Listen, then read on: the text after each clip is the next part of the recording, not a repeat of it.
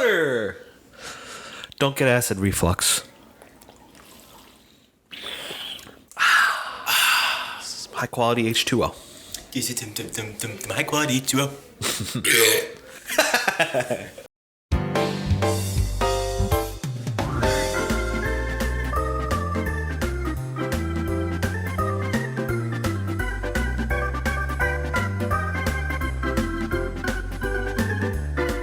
Good morning, or good afternoon, or good evening, wherever the hell you're listening to this. You're listening to Fat Unathletic Nerds Talking Sports, the sports pod with dad bods. This is JackKnife, alongside with your host, Tommy Joe. What's How up? we doing, Tommy?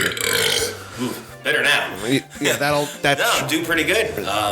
Recorded armchairs last night, so I still have to put that up. So these will probably come out about the same time. If not, I'll have this out by Friday. Because you have this up by tonight? I'll have this up by tomorrow morning. I always schedule it for the morning. I'll probably have this up midday Thursday then. Yeah, you might want to have to talk with Zach Daniels about that, considering he's reviewing Youngblood, finally finishing that up. Yeah, cool. Yeah, don't want to have a little conflict of interest. But yeah, Zach Daniels isn't here again tonight. He's at the Phillies game right now. We're going to go to him with an in-game report. The game got canceled, so fuck Canada. Oh. Yeah, that's right. Yeah. Yeah, we live in New Jersey, and we're being affected by the wildfires in Canada. Like, they canceled the Yankees game today. They canceled the Phillies game today. They canceled the Blue Claws game today. That's like 10 minutes from where I live. There's also the fire in Jackson, too. So, Yeah, yeah, and there's another wildfire here in Jackson. Not as bad as Canada, but that's definitely not helping. I'm not going to show the pictures, but I saw I sent you pictures from when I was at work today. Yeah. An hour and a half later, it looked like a scene out of Apocalypse Now. Yeah, you look at Yankee Stadium, which I'm going to show a video right now. It literally looks like a scene out of Apocalypse Now with the sky so dark. But yeah, I guess you can handle that air in doses. Just probably not a good idea to be out there. And No, because I know like right now the air quality for our area right now is very unhealthy. So that's what the quality alert says. So we're inside. Yeah, I mean, we were going to be inside regardless. But the WNBA canceled the game. I'm like, why though? I mean, you were inside. No, man, all 5 fans are going to be upset they can't go. Yeah, I know. Yeah, the poor 5 fans. But yeah, if Zach's wearing a freaking mask in that video, that shows how bad it is. But yeah, I was wearing a respirator at work. It got so bad. Oof, yeah, that is bad. Yep, if you work outside, good luck. Mm-hmm. But yeah, let's get into sports. I mean, we're still in that. Not much going on NFL-wise, other than Josh Allen's going to be on the cover of Madden. I feel like the Madden curse kind of died with Patrick Mahomes. Like, he's won a Super Bowl since he was on the Madden cover. It's like, what, a year or two ago? Sorry, saying the Madden curse is still going strong. What makes you say that? Oh, you're being sarcastic. That went right over my head. But on to baseball. Aaron Judge, he recently came back off the IL. Now he's back on it with a contusion and sprain in his toe. And he heard it. I'm sure you saw the replay. I haven't, actually. Okay, well, I'll show it to you right now on video. But he went to field a ball, not a pop fly. It was a pretty far line drive. This was at Dodger Stadium. And, he catches the ball. He's near the bullpen entrance of Dodger Stadium. He catches the ball, and he crashes through the fence. This isn't like Jeter going over the fence. He's going through the fence. Oh, man. But yeah, the Yankees better pray he's not on the IL too long. Last night we lost 3-2 to the Chicago White Sox. And we didn't get a base hit till the 7th inning. The Yankees are 62 games into the season. That means they got 100 left. They're 7.5 games behind the Rays at the time of this recording. And they haven't played a single game this year where Aaron Judge, Giancarlo Stanton, and Harrison Bader are all in the lineup together. Sounds like Hendrick Motorsports. Oh, yeah, because Hendrick Motorsports has their own problems. Injuries, penalties.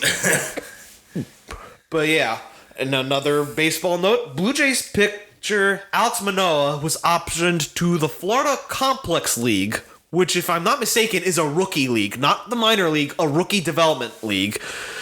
And I think this is awesome. Because he called Garrett Cole the biggest cheater ever. Literally, that's what he said. I'm not being hyperbolic there. He literally called Garrett Cole the biggest cheater ever. Like, the Blue Jays are like the mouthiest team in the MLB, and they have like nothing to show for it. Like, they say shit like, oh, last year was the trailer, next year you're getting the movie. You still haven't done a goddamn thing. Get him out of Canada. I mean, get him out of Toronto. Get him in. Put them in Vegas. Put them in Nashville. Fuck it. Why doesn't Nashville have a fucking baseball team? I mean, Vegas could be an option for them, considering the A's deal might have fallen through. Yeah. I'm not entirely sure. Because didn't I mention this like during the winter or something about getting rid of, like, moving the Jays and the A's? You might have. I don't remember. And putting one of them in Vegas and putting the other one in Nashville. I don't know, but Nashville's a hot market. I mean, I agree. I mean, you look at the Nashville Predators; they're a freaking hot ticket. What baseball teams are around there in Nashville? None. They got the Tennessee Titans. That's it. And as far as I'm talking about baseball. Like, you don't really have baseball in that Southeast right there. I'm sure there's probably a minor league team in Nashville. Major League Baseball team I'm talking about. I know. I'm just talking about, like, I'm sure they have a minor league team. I'm sure there is a minor league team. I'm saying, but there's no Major League Baseball there. Minor league baseball team, in Nashville. Now, because now you have me curious. Does Nashville have a minor league team? Nashville Sounds, a AAA affiliate of the Milwaukee Brewers. So, all right, there's that answer. And then in Indianapolis is another market you could go to, which they have a minor league team. They have the Indianapolis Indians. Okay, and you could probably move them, whatever team you move there, move them overnight in like Mayflower trucks. Yeah. No one's done that before, so.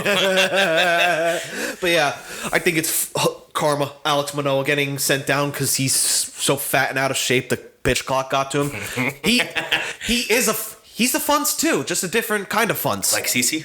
No. CC was a FUNTS. No, he was a. No, he's Fence? No, fat, athletic. Maybe, but here's the thing: Manoah's a different kind of FUNTS.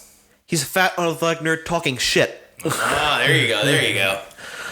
But yeah, in final baseball net, Texas Rangers pitcher Jacob deGrom. I had to put Texas Rangers there because as I was reading this, I was thinking he's still on the Mets. I thought so too.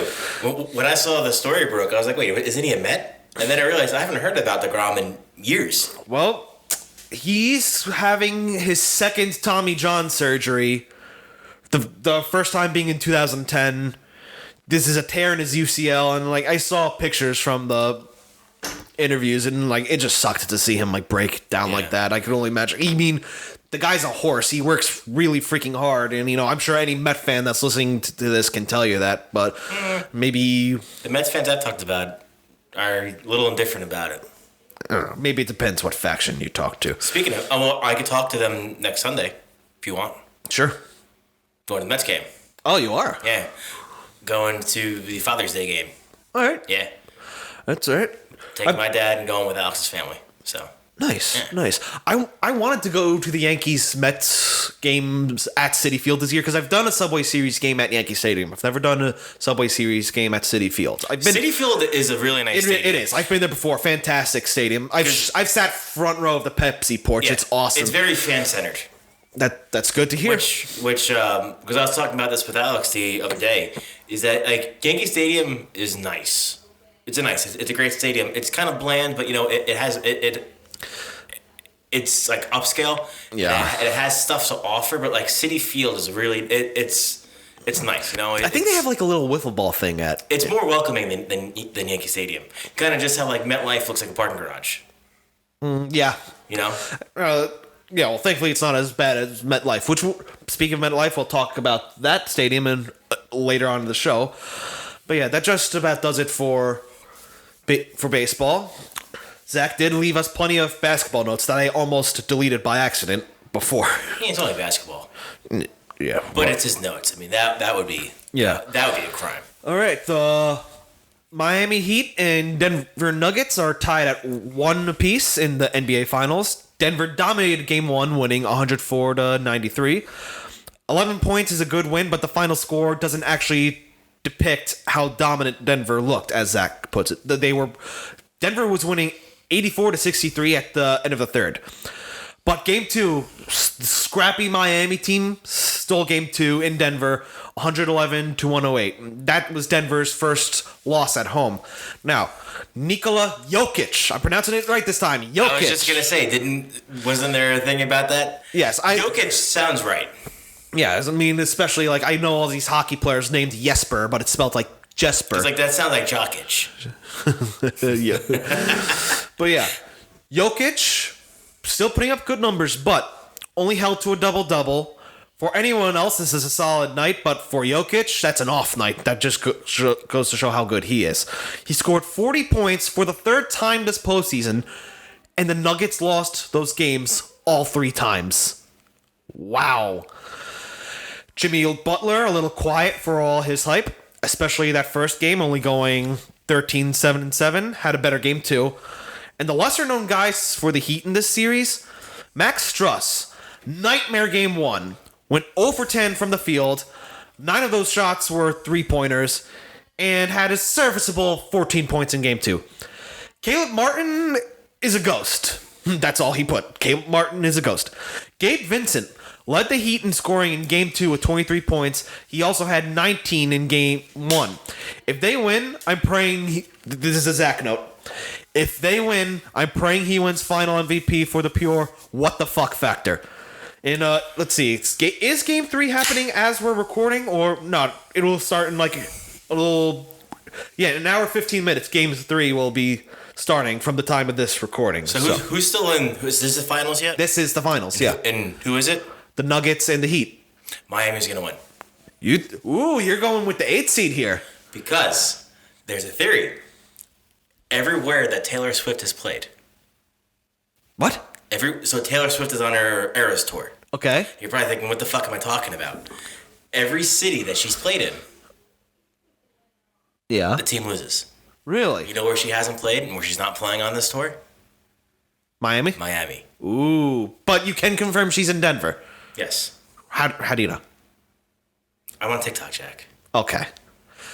All right, TikTok, the new Encyclopedia Britannica of our time. Exactly. Of course. That's where I get all like the hip new slang that all these whippersnappers are talking. How you do, fellow kids? Hey guys, editing JackKnife here. For the sake of keeping this episode up to date when we release it, I'm providing you with a little update. While I was editing this episode, the Denver Nuggets took Game 3 in Miami by a score of 109-94. They take a 2-1 series lead over the Miami Heat, and during the game, Nikola Jokic and Jamal Murray became the first pair of teammates in NBA history to both record 30-plus point triple-doubles in the same game. Yes, that includes the regular season, postseason, and finals. Now, back to the episode. So what do you say? You say we shift gears here? Yeah, shift gears. I love that transition. Shift gears. And slamming beers. Shift gears and slamming beers. All right. Tommy Joe, the floor is yours. Talk racing. So this will be more of a splash and go as it used to be. So NASCAR was at Gateway, sans Chase Elliott. This was a weird race. So on the very first lap, before the first lap is even completed, there's a caution. And as that caution happens, Corey LaJoie, who's filling in for Chase Elliott, I guess maybe like the way the switches are set up in the car might be different than his car. He goes to downshift, and when he takes his hand off the wheel, he kills the main switch for the car and shuts the car off and lost all power. What? Luckily, the caution happened, and he was able to get... And he didn't get hit or anything? No, he was able to get it refired like wow. Nothing ever happened. But it just was good that it happened as the caution happened, But yeah, that's you said this is a weird race, that's like setting the tone. This is a weird race. So as they're doing the caution laps for the wreck that happened, they go into a weather delay for lightning. Now, I forgot the year. I think it was like 2011, 2012, somewhere around there. There was a thunderstorm at Pocono. Now, you haven't been to Pocono yet, but when you go there, there's literally nothing. Next year. There's nothing there. Mm-hmm. So the grandstand's made of metal, and it's the tallest thing in the area. Yeah. So it's a conductor. Unfortunately, lightning struck the grandstands, killed a fan, and injured others. So now, I'm not sure what the radius is. I think it's 10 miles. If there's lightning strikes within 10 miles of the racetrack during the race, they go into a weather delay for a half hour. Makes sense. And every time there's another Lightning strike, a lightning another strike, half it hour. extends another Makes half hour. sense. So this delay was almost 2 hours. Not a single raindrop hit the track. Really? So they finally get back going, and they get back to racing. And then you have rotors exploding, brake rotors exploding. So Gateway is a unique track. So it's like 1.3 miles, I think. This is basically the St. Louis track, right? Yeah. So this is another thing. So it's St. Louis. Where's St. Louis? Missouri. Oh, and it was like sponsored by like some Illinois thing, So right? I guess in the Midwest they like putting big cities in 2 states because the track's in Illinois. Okay. Because it was the Enjoy Illinois 300 or whatever it was. So that kind of threw me off because I thought it was in Missouri this entire time, but it's in Illinois. It's right over on the other Is it side really? of Mississippi. Yeah. Now, I'm Googling this because I'm curious. So Gateway is Holy shit, you ain't kidding. So Gateway is a mile. It's kind of like New Hampshire. The banking's a little bit more in the corners, but the corners are more sharp than New Hampshire. It's not as wide. Yeah. So it's really like a big Martinsville. Okay. So the brakes get red hot going into the corners, but the straightaways are long enough where they cool down. Now, when you take metal and you heat it up and you cool it down, you heat it up and you cool it down, you heat it up and you cool it down, it gets weakened, and it's spinning as however fast the wheel's spinning. So if it gets weakened, it explodes. Yeah. So you had a lot of wrecks from rotors exploding, and then you had an off-site fiber optic connectivity issue caused Fox, MRN, and anyone else who was covering the race to lose the broadcast mid-race. Teams lost Wi-Fi. They lost access to the SMT data that they get from the cars, which shows them like what the car's doing. Throttle input, brake input, steering input, fuel mileage. So they had to revert back to calculations to see how much fuel these guys have left. So it was really interesting. And then there was a wreck between Austin Dillon and Austin Cendric, which sent Austin into Stenhouse and then into the turn 1 wall, and it broke the wall. So that was red flagged again. Wait, for them it broke the wall, like safer barrier and all? Yeah, it broke the safer barrier. So then they had to repair that. The race was red flagged, and then it finally went on again. And the track just struggles with its identity. It's only its second year in Cup, and I feel like, ironically, the track named Worldwide Technology Speedway has been plagued with technology issues because last year at the Truck Series race, the lights, because it was a night race, the lights kept turning off on the track. Really? Yeah. And now this happens. Now it wasn't. NASCAR said it wasn't NASCAR's fault, and it wasn't Fox. It wasn't. We investigated ourselves and we found we did nothing wrong. They said it was an off-site fiber optic issue. Okay. But it's just ironic that it happened at Worldwide Technology Speedway, By the way, sorry to interrupt, but Yeah. I am looking at the map. It is right outside St. Louis, but on the Illinois side of the Mississippi River. Yeah. It's St. Louis. I forget. It's like, that's on the border of another state. Kind of like how I often forget Detroit's on the border of another country. Yeah, Kansas City is on the border of Missouri and Kansas. Yeah. But yeah, it's just like I feel like it's like, to me watching the race because it looks like other tracks and other parts of the track. So like I kind of not sure what I'm watching sometimes, but when I'm watching it, but the track's just struggling to find its identity. Cause, you got Dover, which is the Monster Mile. You got Pocono, the tricky triangle. You got It's Bristol, baby. You have Martinsville, the paperclip. The paperclip. You have Daytona, it's fucking Daytona. Talladega's Talladega. Yeah. You have all these tracks that have its own identity. Yeah. And Gateway's still trying to look for that. Yeah. So Kyle Busch gets his 3rd win for RCR. That is now 2 more wins that he's had last year with Joe Gibbs, and he's only in 15 starts. So out of 15 starts, he has 3 wins with RCR. His teammate, Austin Dillon, which is Richard Childress' grandson, has 4 wins in over 200 starts. Jeez, it sounds like Rangers Devils. Yeah. I hate saying that. But it's funny because Austin Dillon was the one that wanted Kyle Busch to come over. But I wonder, what's going to happen going forward, because, I mean, clearly Kyle Busch is way out racing Austin Dillon. I mean, he's going to be somewhere at RCR forever because it's, his grandfather's I mean, what's the most notable thing? This is just me being curious. What's the most noticeable thing Austin Dillon's done in his career? Was it like Daytona, like him flying into the catch fence? So, wait, he's won a Daytona 500. He won the Daytona 500. Yeah, he won the Coke 600 as well. He also won at Daytona last year when it rained and they were racing in the rain. Oh, okay. Remember that? Where they go into turn one and there's water on the track and no one sees it, or NASCAR doesn't stop the race. Hey, and they all just wreck going into turn one. I didn't see that one, but like, but then I remembered because I was thinking of the wreck in the catch fence, but then I remembered the Emp Lemon video about Dale Earnhardt, and then he followed it up with, oh yeah, he won the Daytona 500. I think the next race at Daytona, the next season. I'm not sure about. He won 2018 because it was 20 years since Dale won it in '98. Okay. But I mean, Austin Dillon's not a bad guy, but he's not the best racer. He's definitely there because that's his grandfather's company. He suffers from a condition called nepotism. Yes, he's a nepo baby. Everyone has some type of nepotism. It just depends on the scale. And to go a little overseas here a little bit. This weekend is the 24 Hours of Le Mans. It's the 100th year of the 24 Hours of Le Mans. Any of you like movies? There's movies like Ford v Ferrari, which is about Ford making a car to beat Ferrari in Le Mans.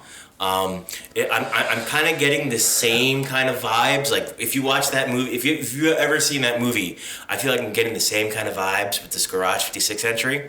So Garage 56 is a single car entry for Le Mans for like experimental and unique cars. Like maybe it's a different fuel source, maybe it's it's different. NASCAR and Hendrick Motorsports, with help from Chevrolet and Goodyear, have taken a current NASCAR Cup Series car and gave it a glow up. They made the car 500 pounds lighter, functioning headlights and taillights, a bigger and upgraded wheel and brake combo. So how I was saying they have the metal rotors in the Cup Series, and they get hot and cold. Yeah. They explode. Well, if you ever watched Ford v Ferrari, the brakes is a big thing at Le Mans because they're racing 24 hours straight. Mm-hmm. So they have carbon fiber rotors, which are a lot more durable. They're more expensive. They're a lot lighter and a lot more durable than steel. Right. They also added more horsepower, a larger fuel tank, and a whole lot more of upgrades to this car. It's actually 2 inches longer than the current car. But, I mean, if you look at it, you can't tell, But they added a lot of more downforce onto the car. It has more horsepower. It's really cool to see. The thing's huge. The thing's massive compared to all the other cars. Like you could put this picture here of all 62 cars, and you can just see the stock car standing out right in the middle. Send me a picture of that. I'll put it. Yeah. So I'll put it in the episode. I think it was for those watching. Yes, I think it was Monday or Tuesday. They had the pit crew challenge. So just see who could have the fastest pit time. Now, usually in Le Mans, with these hypercars, the cars have pneumatic jacks. So an airline will go in, with the gas hose that fills up the car, and four jacks will come out of the car automatically and pick the car up by itself. And then they change the tires. Yeah. NASCAR still uses hand jacks. Like a typical jack that you would use at a shop. I feel like that kind of keeps the human element to it. Yeah. So they when they were designing this car, they were designing to compete with GTE. Now it is Garage 56, so they can't necessarily win, but they wanted to have like a baseline to compete with. Yeah. So they were in the GTE class for the pit crew competition, and they won. They had a 10-second pit stop, just changing 4 tires. Not only that, they placed 5th overall out of all 62 cars. Really? Yeah. So, that's fucking awesome, that's just all mechanical, baby, it's just human power. And like I said, with the car being Garage 56 entry, you can't win, but they used the GTE as a baseline to compete against. When they went to practice, it was 3 seconds a lap faster than the GTE cars. Yeah, Ooh. 3 seconds. That's a lot. Now, like I said, they can't win. They can finish first, but they're not going to get credited as the Right. win. But I think just finishing the race will be a victory for themselves. Mm-hmm. And the drivers that are piloting this car, you have 7-time NASCAR Cup Series champion Jimmy Johnson behind the wheel. You have I think it's 2012 F1 champion Jenson Button, and then you have former Le Mans winner Michael Rockenfeller. He's from Germany. And those are the 3 drivers that are going to be taking turns driving this car. All right. And that's actually another bit of a obstacle that they have. So all the other cars have doors. Yeah. So usually they'll open one But door. they have to Dukes of Hazzard this. Yeah. So usually they'll open they'll open up the right door. The driver will be getting out of the right, and then the new driver will be getting into the left. Oof. So it just makes it easier. But now you can't get out of that right side. I mean, unless it's an accident, you have to, whatever. But Right. So you have to wait for the guy to get out so you can get in. They're still going in through the window. There's no doors on the car. So, but I'm really excited. It's going to be this week. It's going to be this weekend. I'm sure there's so many places that you could watch it, probably YouTube or something. But I'm really excited. I'm really looking forward to watching this year, just to see how they do. All right. Didn't you say something before the show regarding Amazon Prime and NASCAR? Oh yes, I did. So as I was looking up to make the notes for this, just announced Amazon Prime greenlights a Garage 56 Road to Le Mans documentary series, which I think is going to be fantastic. Now to get a little bit off topic here, I might be going a little bit longer on this. I'm sorry, but you might be wondering why Amazon Prime. Well, Amazon Prime is the leading candidate to get the rights to the Xfinity Series. Ooh. Meaning that all the Xfinity Series races will be streamed on Prime. And there's also talk of... remember back in the day when the races started on Fox? Yes. The start of the season was on Fox, and then it goes to TNT. Yes, and then ESPN. So that stint that TNT had, that might go to Amazon. Really? So the races would be streaming only on Amazon Prime. Huh. This would be for the TV contract deal for 2024, I believe, or 25. But that would be really interesting. All right. Yeah. All right. So that basically wrap up your... Yeah, I guess we could take it back to the world of sports. Yeah, that's a sport. But before I get into hockey, I was just looking up when Game 3 of the Stanley Cup is, and am I losing... I got to make sure the NHL didn't royally screw something up here. Is the game not playing? No, it's they're gonna... Oh, no, wait, I'm brain farting. The NBA... Game 3 of the NBA Finals is happening in a few hours. I thought they double booked, the Stanley Cup and the NBA Finals. I'm like, what are you doing? You're not gonna... Speaking of double booked, a lot of the NBA games, the playoff games, were double booked for Taylor Swift. Wait, what? So a lot of stadiums booked.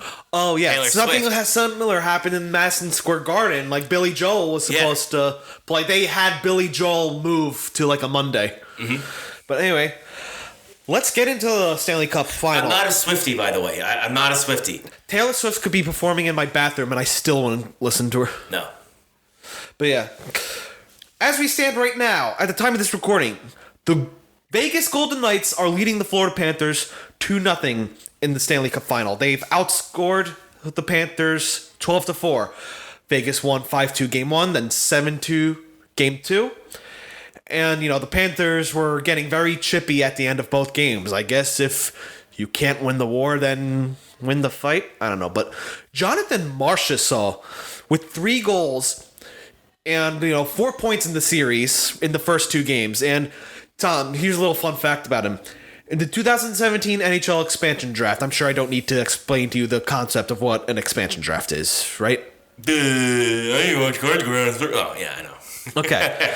Well, the Florida Panthers protected Mark Pysyk and Alex Petrovic instead of Marchessault, who came off of a 30-goal season at the time. Neither Pysyk or Petrovic are with the Panthers right now.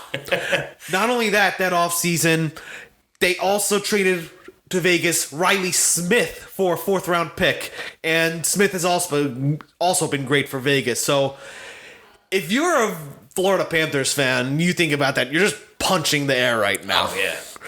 But yeah, Jack Eichel, with 4 assists so far this series for 4 points total. He took a big hit in game 2. It looked a little scary considering, he's got like a history of neck injuries, but we'll get to that in a little bit. And this is the second Stanley Cup for the Panthers. Right now, they're 0-6 all-time in Stanley Cup games.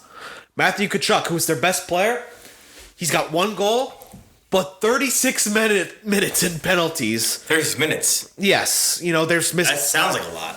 Yeah, well, he's gotten I think 10... He's what, 90 minutes? 60. And he's played...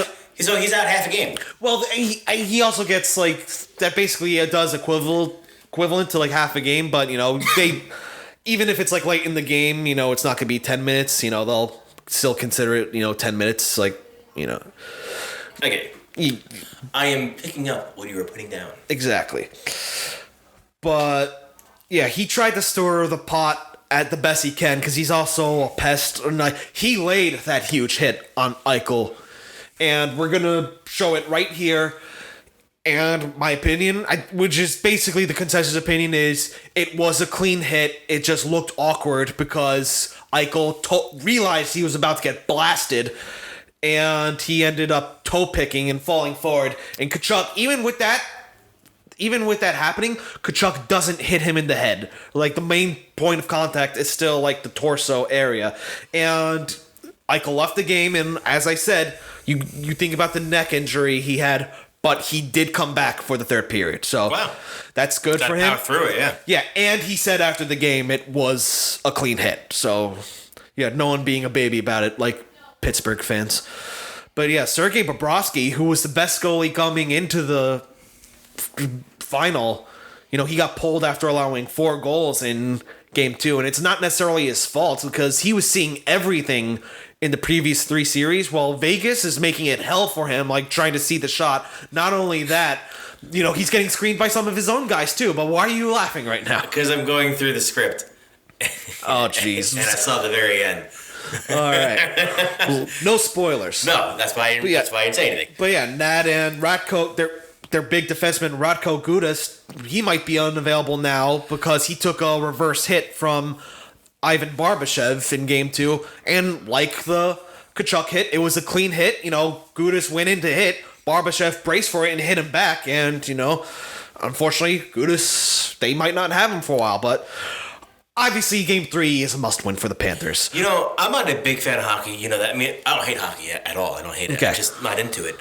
But I gotta say, NASCAR has to adopt hockey fight rules. You said this a couple podcasts ago. About Noah and Chastain, but we're a whole page and a half into these hockey notes, and I think I heard more about fights than anything else. But yeah, obviously Game 3 is a must-win for the Panthers. You don't want to go down 0-3.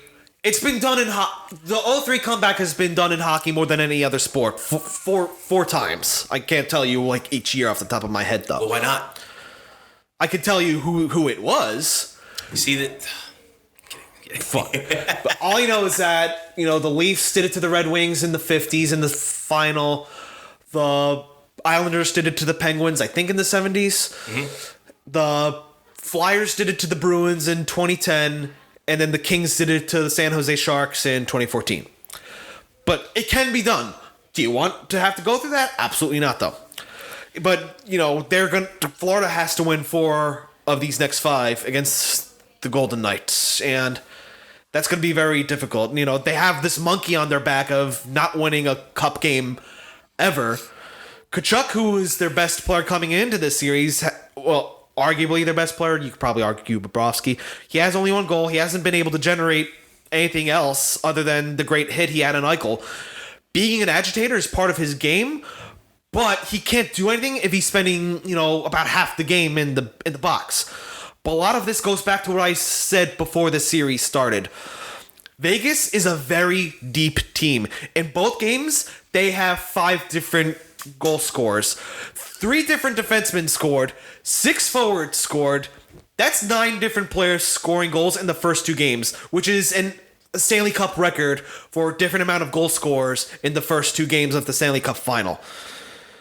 Now, it's going to be very hard to name the Conn Smythe winner, and I'm going to remind you again what the Conn Smythe. I was going to ask you. That's a playoff MVP. It's not. Okay. It's not a Finals MVP. It's literally like the entire playoff. I mean, it's gonna. I think Has it's gonna. somebody won both, or What? or can the final not win the playoff MVP? Oh, it's happened before. Yeah. Like a guy on the losing team won the Conn Smythe. Like the most example I can think of off the top of my head is John Sebastian. Well, no, I'm saying both. Like, I'm sure there's a final MVP, right? No, No, there isn't. Oh, so it's It's the entire playoffs. entire Conn playoffs. Smythe. Okay. But yeah, I think if you're gonna narrow it down to 2 guys, I'd say it's between Eichel and Marchessault. But don't let the skaters. But yeah, everyone's contributing for Vegas, but don't let the skaters overshadow the play of Aiden Hill in goal. He's got a .939 save percentage the first 2 games and had an absolutely spectacular paddle save on Nick Cousins in game 1. Now, that save, that was eerily similar to the save that then Capitals goalie Braden Holtby had in Alex Tuck in 2018 in game 2 of that finals between the Knights and the Capitals. Because Vegas won game 1, but that save was basically the turning point where the Capitals took over the series and then won 4 straight. And now Aiden Hill makes almost the exact same save, which I am showing on screen right now, side by side, both of them. They're literally you're not seeing shit, but maybe I'll make that a meme. Like, corporate wants you to spot the difference between this picture and this picture. They're the exact same picture, but like it's basically the exact same save that got a monkey off of Vegas's back and got them to winning Stanley Cup Final games again. Now, geez, I'm just saying how crazy it is. Hill makes the exact same save that Holtby makes, and it gets Vegas going. But Florida is going to have to rise to the challenge and find a way to slow them down because Vegas is a fast team, and you can't bully them like they've been trying to do. They're going to have to rely on some of their skill. But momentum can turn on a dime in this sport, as I know, unfortunately, from the first round, which is what I'm sure you were laughing about. No. And I'm going to say, hey, if the Panthers can pull game 3 out of their ass, whether it be a blowout or a nail-biter, I still say this series goes 7. Yeah? Yeah. I do. What does the script say? No, like the official NHL script. What does that say? Oh. Dude, I mean, I'm sure they want a game 7. Sure, TV wants a game 7. Oh, is this what this is what you had saved up? But anyway, that's what's going on for the Stanley Cup Final right now. And announced, you knew of this. Yes. I did Recently know this. announced, the NHL announced 2 more outdoor games for the season next year. The Stadium Series will be hosted at MetLife Stadium, the home of the New York Jets and New York Giants. The official parking garage of the New York Jets and New York Giants. Basically.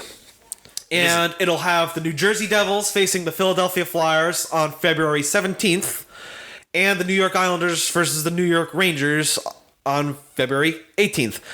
Now, because it's the first sport you... Wait, is that a Sunday? I don't know off the top of my head. You can look If that's a Sunday, then I can't go. I wasn't going to go away. That would be the 500. Oh. But yeah, this is the first time in... I ain't missing that. I actually might be going to that. Ooh. Yeah, that's news. I might be doing the 500 next year. All right. But yeah, this is the first time in 10 years that NHL had 2 outdoor games in the same stadium in the same season. The last time being 2014 at Yankee Stadium. The Rangers beating both the Devils and Islanders in both those games. I was at the game against New Jersey. I ain't going. Yep. Oh, no, wait. Oh, yeah, 24. God damn, we're in 23. God damn. That's right. But yeah, I was at the Stadium Series game against the Devils in 2014. It was a good experience, but like I was 4 rows from the field. You have to look up at the Jumbotron a lot. Uh-huh. But yeah, this is the 5th outdoor game for the Rangers. They're undefeated so far, and this would be the second time they'd be playing the Islanders. This is the second outdoor game for both the Devils and Islanders. They lost the one they Islanders always lose when you go there, right? The Islanders always get shut out whenever I see them play. So, I mean, you gotta go. And this is the 6th outdoor game for the Philadelphia Flyers. They're 1-3-1 currently. And I am curious to how both these games don't feature the Devils. Like, I was fully expecting it to be Devils, Flyers, Devils, Rangers. But the Islanders are kind of a, wild card in there. Well, Jersey doesn't have a football stadium, so, I mean... I see what you did there.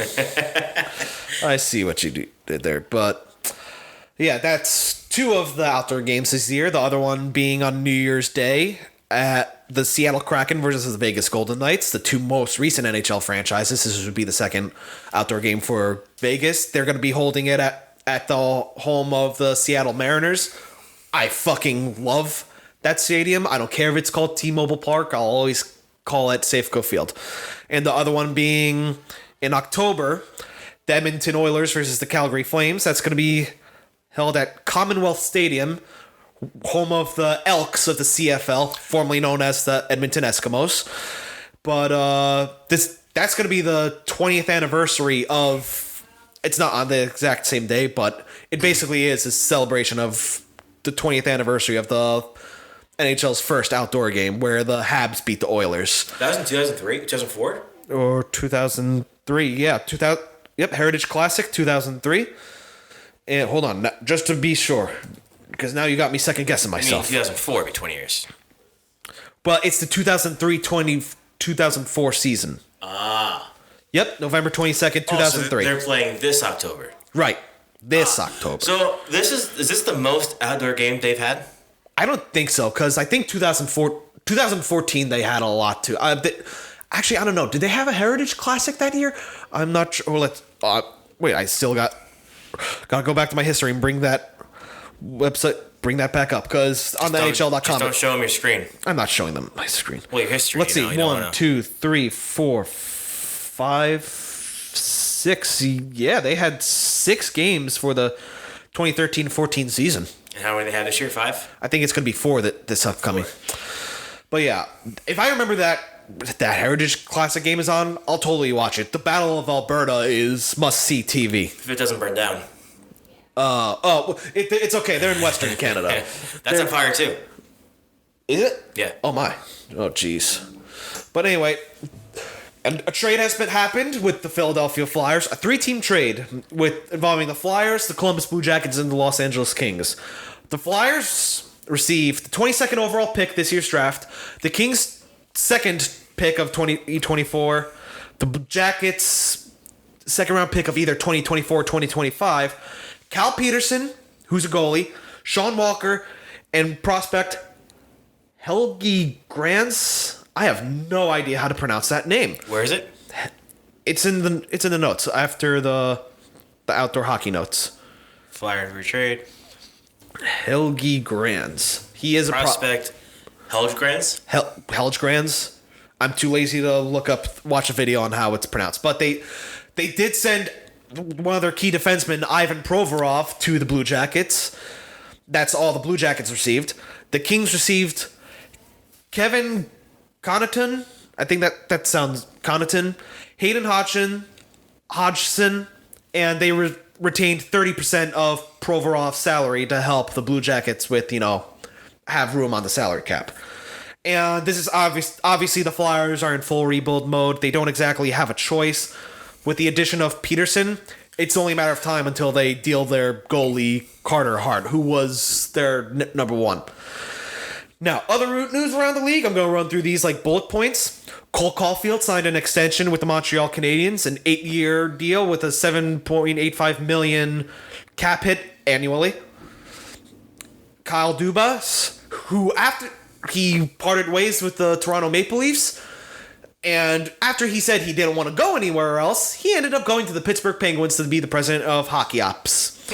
So much for that. Brad Treveling is now the new GM of the Toronto Maple Leafs. And, the New York Rangers still don't have a coach. From what we know, it's between Peter Laviolette and John Hines. Once they make that announcement, I'm going to do another cutting edge. Not the same format as the last one. I'm just going to do an interview with one of my former editors because that was such a pain in the ass to edit. I don't feel like doing that again for a while. But yeah, Ron Francis, GM of the general manager of the Seattle Kraken, received an extension. Oh, you're welcome, by the way. For what? The faces. Oh, thank you for making the faces. And the hats. And the hats. But yeah, Ron Francis received an extension as the GM of the Seattle Kraken. Spencer Carberry was named the head coach of the Washington Capitals. Andrew Brunette, who was an assistant coach of the Devils, was named the head coach of the Nashville Predators. Both those two coaches I talked about, those were like potential coaching candidates I thought about for the Rangers. Well, a lot of people thought about it. Greg Connon is the new coach of the Anaheim Ducks. He's been around, but this is his first head coaching gig. He's 60 years old. 60. 60. And Mike Babcock it's not official yet. I think there's some like contract stipulations that have to pass first, like because he was let go by the Toronto Maple Leafs years ago. But he's been named the head coach of he's gonna be named head coach of the Columbus Blue Jackets, and yeah, he's been accused of bullying tactics in the past, which has basically led to, him being sent up. And it's not just like one of those, entitled millennial things, because like Mitch Marner, is one of the guys that, people think of like him having a bad relationship with. Johan Franzen, who's won a Stanley Cup with Babcock in Detroit. And he's one of the older players. Not even he thought very favorably of Babcock. So maybe he's changed. I don't know. We'll see how that goes. But that basically wraps up all the hockey notes. And I guess we could go into a little bit of banter now. So as we opened the show, we reminded you of the ongoing weather developments. Could you call it weather developments happening in New Jersey right now? Or I mean, is it weather? It's an event. I can tell you that. I mean, the Weather Channel covers it, so I guess it could be. I guess it is. But yeah, I'm hoping to go to the Blue Claws game tomorrow. Like this, and if it gets postponed in a row, this is the second year in a row. Brienne, I'm a terrible husband. I just realized I didn't wear my ring. I forgot to wear my ring this time. You could have been hit on this entire episode, man. I could have been hitting on you. I don't see no ring, baby. Oh, jeez. But yeah, this would be the second year in a row Brienne got me tickets to Blue Claws games for my birthday, and both games get postponed. The first time she got it for me for First Responders Night, and that got postponed because of rain, and that was the next day. Obviously, we couldn't go. And why obviously? Because we had work the next day. But anyway, as it stands right now, the game today, I don't know. I always call First Energy Park. I don't know what. I always call it's still First Energy Park, and I'll still call them the Lakewood Blue Claws. Yeah, now they're the Jersey Shore Blue Claws. I wonder why. But yeah, I live literally 10 minutes from the stadium. Less. Yeah. 7. Well, yeah, I made this joke. I made this joke to her before. It's like they put out a statement regarding tonight's game. They're playing a doubleheader tomorrow. One ticket will get you in for both games. So I'm like, this will, as a joke, I'm like, this will make up for not being able to go to the game last year. Now, you know what you should look into being so close? What? Because tickets are what, $15? Not just about. I don't know. You should get season tickets. Ooh, that. You're so close. You and Bree ain't doing anything? Go to a game. Yeah, she's not as big of a sports fan as I am. Maybe like a half-season ticket thing? I don't know. I mean, just get season tickets. Just go whenever you want. I guess. Like, I'm sure they have a season pass. Probably. Or something, I'd have to see how much. Because it's all GA. Just get it, like, if they don't have a season pass, they should. I mean, but, like, that would be great. Like, if I live this close, I'd probably get a season pass. Just if I have nothing going, I mean, not that I feel like we'd have to. I always have something going on, but, it would just be nice just to, like, hey, let's just go. But yeah, I feel like we have to be rolling in the Benjamins first, so like we're comfortable enough to do something like that. Probably but like $100. What? Probably what, like $100? Like one Benjamin? I mean, wait, how much? I doubt that cheap, but I don't feel like looking it up right now. But like, hopefully when rolling in the Benjamins, as Jack Black from School of Rock puts it, maybe then we could do it. But first, a lot of that does depend on FUNTS, growing. Yes. Save us, Dave Portnoy, or Dirty Mo Media, or yes. John Boy Media. Mike Davis, save us, Dale Jr. Help me, Oprah! Help me, Tom Cruise! But speaking of Barstool, we talked about Hubs last. Yes. And he just got engaged. So congratulations! Congrats! Yeah. And like I sent him a message on Instagram, congratulations. He responded, and like in that, I kind of saw like my previous DMs to him. Like, I've sent him memes. I wasn't like, oh, post this. It was more like, hey, if you want to share it, go for it. But like looking back at it, it's like, I can only imagine how many people ask him that kind of stuff. But like, I'm not gonna, obviously, like, just because like I played Little League with him, like, Yeah. I'm not gonna ask him for a job. Like, and like I kind of know like how the shoe fits, except on a much lesser scale. Because like one of our friends, messaged, commented on one of our things like, oh, I want to be your basketball guy. I mean, like, I'm not saying no. It's just more of a not yet, because like we're still trying to figure things out. Believe me, I personally would love to have like a quintessential basketball guy, because like, I'm not a big basketball guy. You're not a big basketball guy. Not at all. Yeah, Zach follows it about as much as I follow baseball, which is a good amount. Yeah. But Zach follows basketball like I follow football. I guess that makes sense. I could talk about it, but I'm not an expert. But yeah, my sister-in-law, her boyfriend, he's a big MMA guy. He said to me like, oh, if you ever want someone to talk MMA, I'm like, believe me, I'm not against it at all. I just got to find a way to fit it in. And yeah. But I'd love to bring people in, but it's like, in terms of money, we have no money. In terms of money, we have money. But yeah, I made this joke not necessarily a joke. I told Brienne that, her and her sister could probably do a gymnastics podcast, and it would probably be the most listened to thing on here for one sad reason. They're cute. Where you going with this, Jack? But yeah, that just goes to something like my dad said to me once when we were watching NHL Network at a bar. I talked about this is when I was like in school. We're talking about like where I want to go in my career, because the goal was be one of these sports talking heads. And I got into a company where that could happen, but China had other plans. Yeah. But yeah, as we're watching this woman talking on the NHL Network, my dad says to me, well, unfortunately, Jack, she has something you're never gonna have. Well, what? I mean, it's 2023. This podcast is getting demonetized. Anything you want to say, or anything you want to say? No, go ahead. Keep going. No, I'm basically done. No, yeah. I mean, I need more time in the day. Yeah. I just need. I enjoy doing this with you. Yeah, I enjoy doing this with Zach. I enjoy doing this with Alex. We just gotta find a way how to get us bigger. Yeah. So you know what? Yeah. I will name drop him because he did comment on one of our things. Sip. We're not saying no. We're saying not yet. Not yet. That's fair to say. I mean, because like Jack said, in terms of money, we have none. So. Once we get a little bit more following, bigger following, and once as we get more and more comfortable with this, because like we're still like trying to like make this a regular routine to the point where it's like, for lack of a better term, muscle memory, I guess. Yeah. Exactly. I mean, I got that with doing with armchairs. I mean, we're 16 episodes deep. That's awesome. Since February. But yeah, more content's coming out. You got armchairs. Zach's gonna release Youngblood soon. Yeah. Like that I cannot wait to listen to. You got Cutting Edge. I can't wait to do Days of Thunder with Zach. I wanted to do Youngblood with him, but it's like I just didn't have the time to do it. Yeah. Plus, I trust him. I trust him enough to do it. So. I mean, I just want to watch with him because I mean, I'm sure he's gonna have questions, and I have, I watch that movie. Explain to him how unrealistic the physics in that movie are. It's really crazy how like. Days of Thunder, which is, I mean, I'm sure this will be talked about when Zach does it, but like Days of Thunder is supposed to be an ultra realistic NASCAR movie.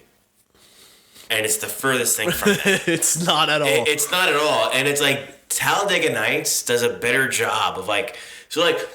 Capturing the physics, I guess. Not just that, but they'll like show like the green flag. And then like in Days of Thunder, they'll show the green flag. And they'll say it's like Daytona. But they're coming up to the start-finish line. I notice that all the time, yes. It's like the continuity of the tracks is not the same. Right. But in Talladega Nights, it is. Like, they are wherever they say they are. And the only time that they're not there is when they've wrecked. Because when they wrecked at Talladega, I believe they wrecked really at Rockingham. Okay. The test was at Rockingham. Remember when he goes, "What are those? Are those the other cars that go so fast?" I That know. was at Oh no, Rockingham. he's in his underwear again. Yeah, that scene was at Rockingham. Yes, and that I that's- remember. And that's where they did the wreck for Talladega. They did the wreck in the backstretch of Rockingham. Right. But if you're not looking for it, you're not going to tell. Like I'm a diehard NASCAR fan. That's the thing that I look for. But in Talladega Nights, their tracks are what they say they are in the movie. All right. Like that just bugs me when they don't do that. It happens. Because like remember that Netflix show, The Crew, wherever it was, that NASCAR. Yeah. That was terrible with Kevin James. That was terrible. Like the story was terrible. Everything about it was just terrible. I watched the whole Oh, season. I watched the whole thing too. It was bad. It was really bad. And that sucks because I like Kevin James. I like Kevin James too. I thought it was going to be good, but it wasn't. Yeah, Kevin James gave the best Gentlemen Start Your Engines ever. I just got 2 things to say. God bless America. Oh, I just got 3 things to say. God bless America. God bless our troops and riders. Start your